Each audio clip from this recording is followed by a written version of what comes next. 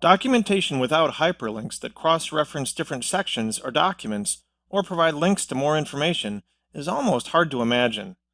So knowing how to do hyperlinking is a critical piece of your documentation journey.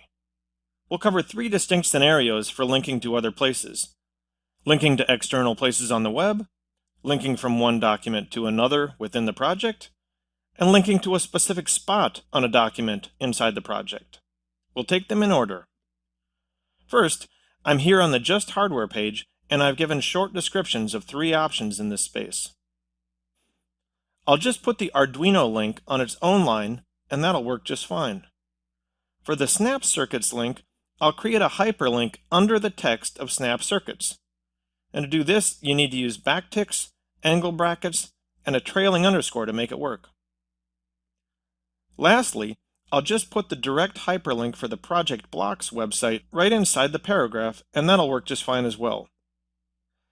The main thing you need to remember here is that the Sphinx parser can see web links and light them up if the text of the link is the link itself. But if you want to make the text of the link something different, then use the backtick angle bracket underscore syntax. When I save the file, the preview looks good. And when I click a hyperlink to verify that it works, you see one of the shortcomings of the restructured text previewer. Links don't behave very well at this point, and you'll find this for all of our different types of hyperlinks in this clip. To really verify that they're working as expected, we can open our terminal again, build the project, and then launch the Just Hardware page that we're editing. When that comes up in our browser, we can click the various links and see that everything is indeed working as expected. Switching gears now, we can go back to the index file and look at creating a link to one of the docs in our project. First, I'll show you how to simply link to the document target you want.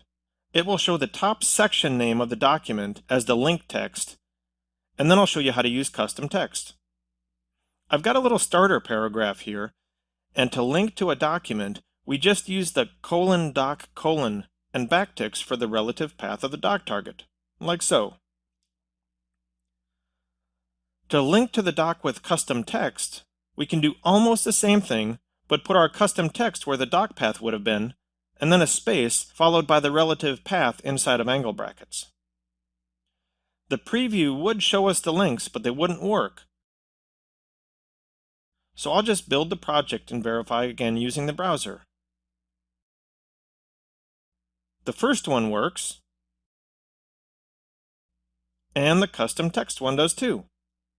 For the last hyperlink technique, I'll add a reference directly to the paragraph of the text I'm showing here on the Hardware and Code page under the Options heading. To do this, I'll create a reference tag by using the space underscore syntax followed by the name I'd like to use to refer to this location. I'll call it HW Code Options. Then I'll go back to the index doc and use the ref keyword with the same custom link syntax that I used before. When I build the project and click on that link,